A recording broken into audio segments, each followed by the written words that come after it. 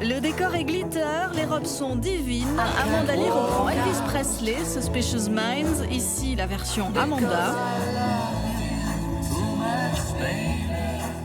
Ici, la version Elvis qui date de 1969.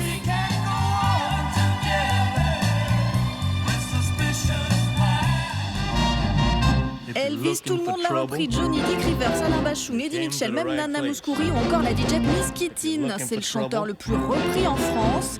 Amanda, ce n'est pas la première fois. En 1975 déjà, elle avait repris Trouble. Si tu cherches la bagarre, t'es juste à la bonne place. Hop, make-up, lissage de franges. Pourquoi cette passion pour Elvis, Amanda? Regarde-moi bien en face. Pour moi, Elvis, c'est le seul, l'unique, il est au-dessus des Michael Jackson, de tout ça. Il est intouchable, c'est The King.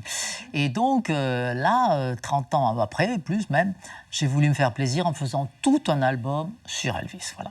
Parce que pour moi, Elvis, il n'y en a pas d'autres, il n'y en aura jamais d'autres. Tous les ans, Elvis, ça continue, ça rapporte encore plus de 50 millions de dollars par an. Je veux dire, c'est extraordinaire. L'industrie Elvis, c'est extraordinaire.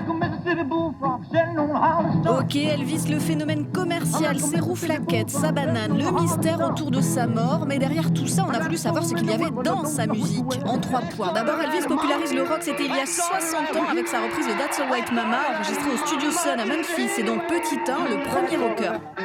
Avant That's Alright, il existait plusieurs styles de musique, le blues, la country. Et puis bon, il y avait effectivement des gens qui faisaient du rhythm and blues, etc. Sauf qu'Elvis, ce qu'il a fait, c'est qu'il a fait la synthèse. C'est-à-dire qu'au départ, il avait juste sa guitare rythmique, une guitare électrique et une contrebasse. Lui a rajouté une batterie, mais un an plus tard. Et donc après, cette forme de 4 musiciens a été reprise par tous les groupes, Carl Perkins, tous ceux de l'époque, Johnny Cash, etc. Mais par la suite, naturellement, par les Beatles, par tout le monde. Elvis révolutionne la musique, Elvis le Messie, Elvis le King, qui ouvre la voix, mais jamais sans sa voix. Petit 2, la voix d'Elvis était-elle vraiment un don du ciel? Un ball shook up, vous savez, il avait ce trémolo dans la voix. Un ball shook up. Il a une voix très masculine, très virile, mais avec une douceur. Il arrive à faire beaucoup plus que Sinatra. Tout ça, il a une douceur formidable. Il chantait beaucoup, il chantait sans arrêt, mais il ne l'a pas travaillé au sens où il n'est pas allé à des cours. Si vous écoutez jusqu'à la fin certains enregistrements, vous dites, mais attends, où il va s'arrêter, quoi. Il a tout chanté, il a aussi bien chanté des airs de bel canto. Voilà. Et c'est pour ça qu'on a des richesses d'enregistrement aujourd'hui qui nous parviennent encore. Parce que tout est enregistré, et là, enregistré d'une traite. Et petit 3, Elvis, c'est le rythme, surnommé aussi le pelvis. Il invente une nouvelle façon de bouger, comme ça.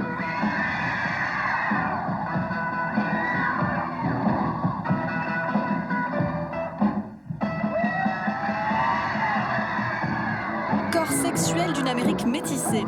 Moi, quand j'étais môme, j'ai vu les premières images, une photo dans Paris Match, je vois un gars qui est couché sur la scène par terre, le micro, les filles qui hurlent et tout.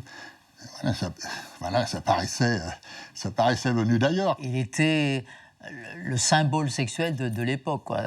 Et je trouvais Elvis d'une beauté extraordinaire.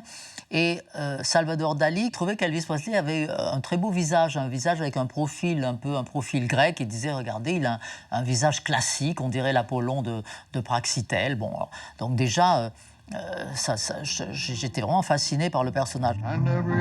Allez, si on récapitule, petit 1, le rocker, petit 2, la voix, petit 3, le rythme, ça donne le recordman absolu de vente de disques qui a même encore son propre label chez Sony Music et des héritiers à l'infini.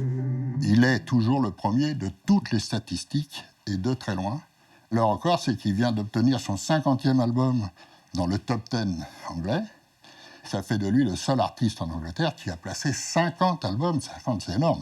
Imaginez quand même un gars qui est mort depuis 38 ans. Dans les dernières semaines, on a dû avoir 5-6 ouvrages de 350-500 pages.